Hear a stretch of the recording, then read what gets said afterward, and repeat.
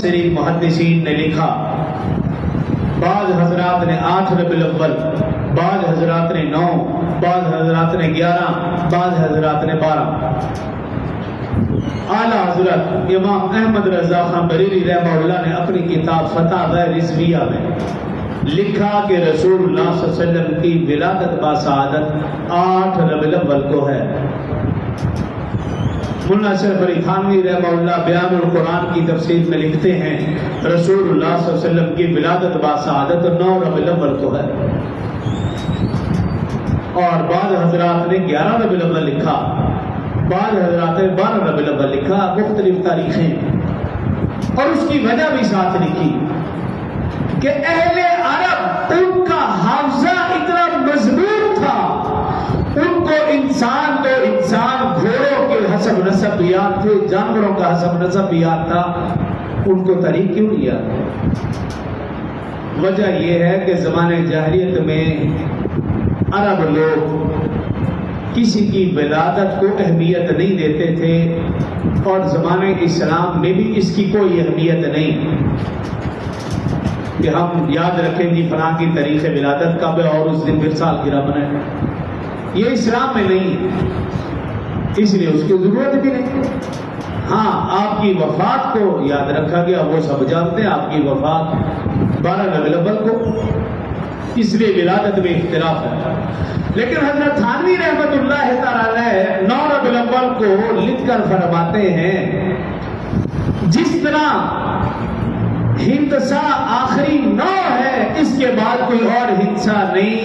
फरमाते हैं कि मेरा ईमान और यकीन कहता है आपकी विलादत 9 रबीउल अव्वल को है और ये अलामत है इस बात की कि आप आखिरी नबी हैं, आपके बाद कोई और नबी नहीं।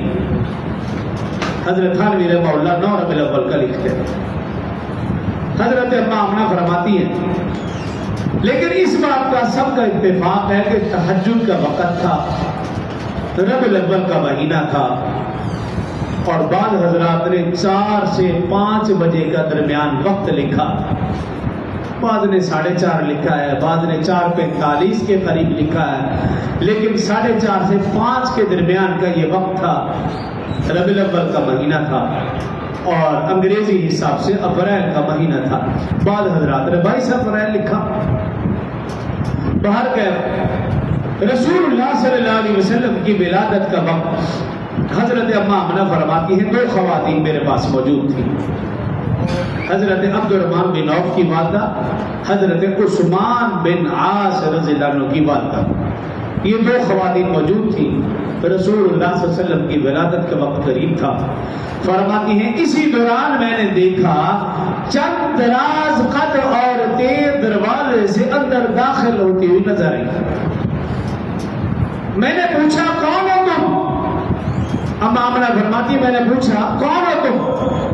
एक ने अपना तारुफ करवाया कि मैं मरियम हूँ, दूसरी ने तारुफ करवाया कि मैं आसिया हूँ और कहा कि हमारे साथ जो पीछे ख़वातीन हैं ये जन्नत की हूरें हैं।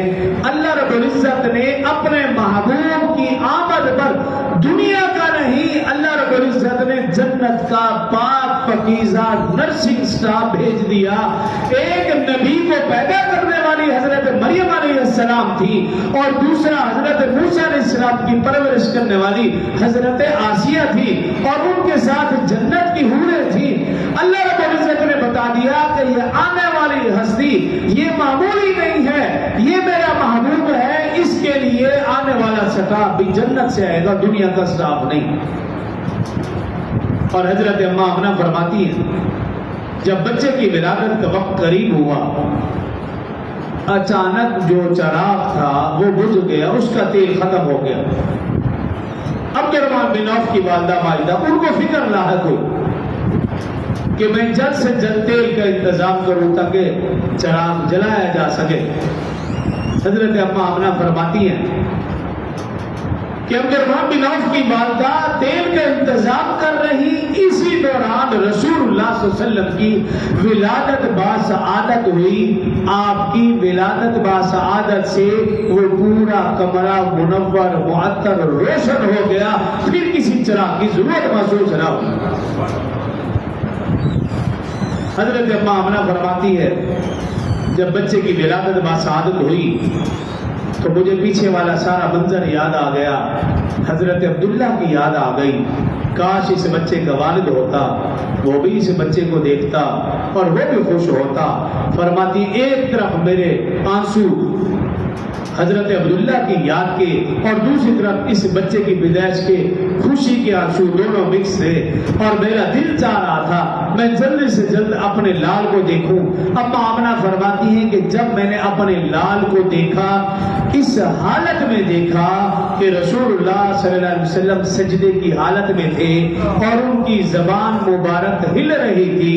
اماں آمنہ فرماتی ہیں رسول اللہ صلی اللہ علیہ وسلم نے اس دنیا میں آتے ہی سب سے پہلے سجدہ کر کے اس دنیا کو یہ سبق دیا کہ اگر یہ پیشانی انسان کی جھکے تو صرف ایک اللہ کے آگے جھکے، وہی خالق و مالک و رازق ہے، وہی حاجت روا، وہی مشکل کشا، وہی داتا، وہی گنج بخش، وہی غریبوں کو نوازنے والا، سب کچھ کرنے والی ذات صرف وہ ایک اللہ کی ہے، اس کے سوا کوئی کچھ نہیں کر سکتا۔